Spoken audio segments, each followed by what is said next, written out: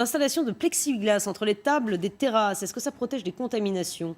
Alors il y a quand même un consensus scientifique, Pascal, pour dire faux. Et certains disent même le contraire, comme Bruno Andreotti. Il est physicien à l'université Paris Diderot. Il a beaucoup travaillé sur les aérosols et les particules virales, leur diffusion. Et quand vous lui dites plexiglas, il répond ceci. C'est l'archétype de la fausse bonne idée, c'est ce qu'il dit à l'AFP. Et il va plus loin en disant que ça recrée en fait les conditions d'un lieu clos. Le plexiglas piège les aérosols et gêne la ventilation en coupant le vent. Ce sont ces travaux qui ont carrément inspiré notre protocole sanitaire, sachez-le. Alors en cas concret, ça donne ça. Le problème, c'est pas tant quand le vent est comme ça, puisque là, ça circule, mais c'est quand il vient comme ça, en perpendiculaire, et là c'est vrai que ça pose problème. Il y a des modélisations qui ont été faites par des chercheurs en Finlande sur les aérosols qui vous prouvent bien qu'en fait, ça bloque les particules virales ici, et ici il y a un risque de contamination. Il y a eu des études qui ont été menées dans des écoles américaines où ils ont prouvé qu'il y avait plus de contamination quand il y avait des barrières en plexiglas entre les tables. Et d'ailleurs, la question commence à monter un peu au gouvernement,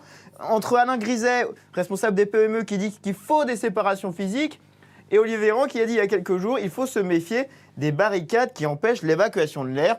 Est-ce qu'on se dirige vers un débat à la belge? Les Belges, ils avaient recommandé le plexiglas au moment de la réouverture, et puis quelques jours, colère des professionnels, puisque maintenant, le plexiglas est interdit. Voilà, l'essentiel, Benjamin, c'est de respecter les gestes barrières ce matin. Si vous allez en terrasse, ça protège.